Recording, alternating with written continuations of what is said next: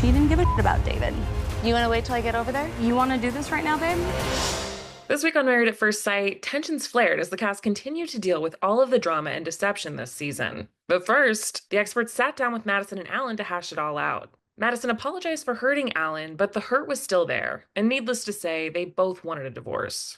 I don't feel like anything that I say is going to make it better, honestly. His opinion of me won't change. And it sucks, and I'm going to have to live with it, but I'm not going to just beat a dead horse and make myself continue to feel, what is the point of this? Closure. I don't see any benefit in it. Closure. Allan made it clear that he wasn't actually looking for resolution from Madison. I don't need closure. Madison is easy to get over.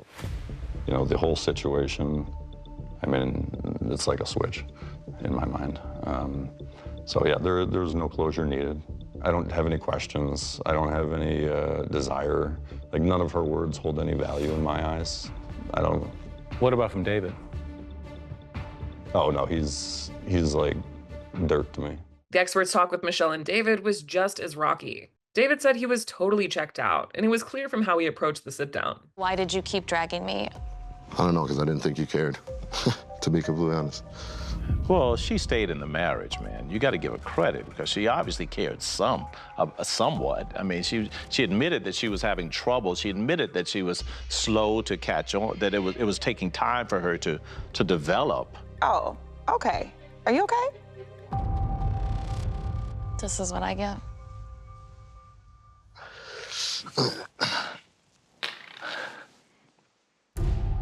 Of course, they were both on the same page about ending their marriage. I would like a divorce. Okay.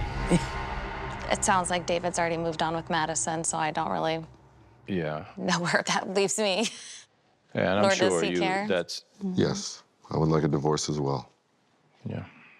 I really hope for you that you do some deep soul searching. And I must say I've lost all respect for you in the way that you have behaved. As Michelle left, she was not looking back and had this to say. Clearly, he was protecting Madison the whole time, so he cares about Madison and himself, and probably is to get hard once in a while from Madison at the gym. Who the hell knows?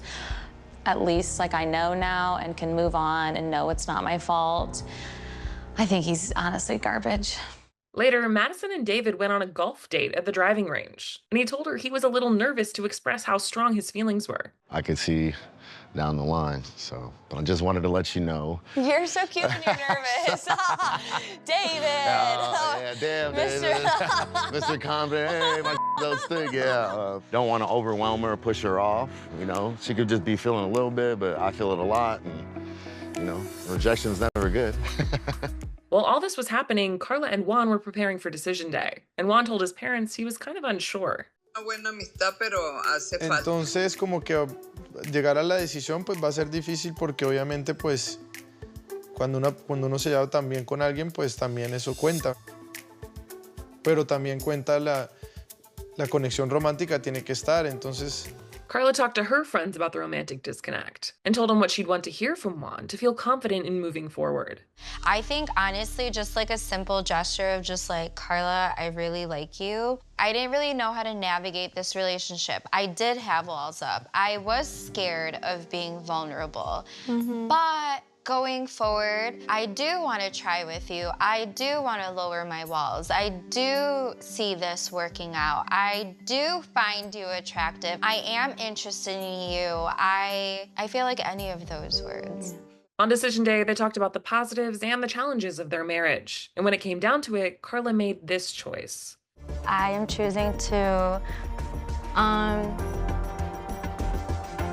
end this marriage and get a divorce based on the simple fact we weren't truly compatible.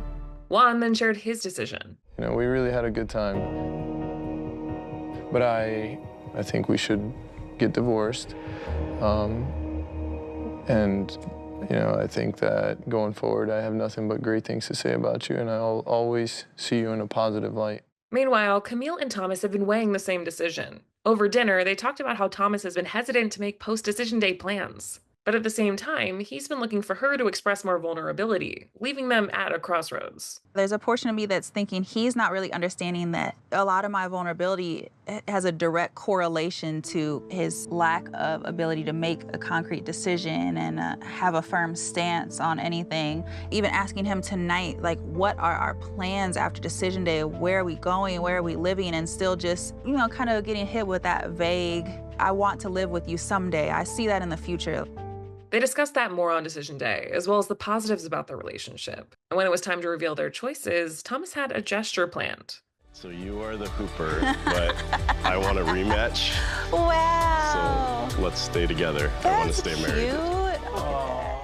Camille was also playful with her big reveal. Sorry, but I really cannot see a world where I wouldn't be married to you. So I would love to stay married. Oh my God. They celebrated with champagne and later attended a cast get-together to share the happy news. Everyone was there, including Ikechi and Emem, and it wasn't long before things got heated. I mean, my efforts were not matched. My efforts were not valued. My efforts were not appreciated. And that's how we ended up here. That's how we ended up here.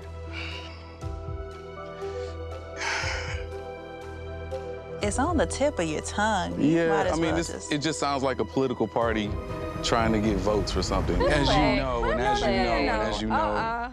Emem went on to slam Ikechi for the way he sprung the divorce on her at the retreat, and things just got worse from there. I could care less what you got to say. Just like I could care less. I don't want to hear you talk anymore. Come on, baby. I don't want to hear you talk Let me anymore. finish. Again, You don't want to hear me talk. I had to be insulted by this woman. No, I don't want to hear this anymore. Somebody that makes you feel like every day that you talk to him. Soon after, Emem just walked off, and the girls helped her get her bearings. We know how there by myself for weeks, screaming at me, saying crazy. It's very hurtful to be treated the way that Ikechi treated me, especially because I've done nothing but try to understand him. And I was feeling for him as a person, but he's not a person. That man's a monster. Afterward, the topic turned to Madison and David, and Michelle was listening, which ended things on a very spicy cliffhanger. I think all of us knew that Michelle and David were not going to be together at the end of this. She didn't give a David. You want to wait till I get over there? Sure, come sit down. I'll gladly say it. Come on now. Because I don't think you know my feelings. Okay. So I don't want you to talk about my feelings without me there. Then sit down. I'll gladly say them out loud, honey. Hey, she's saucy. I wouldn't even touch that. Is she talking about my feelings? Oh, let me mix a beverage, because that got to be crazy.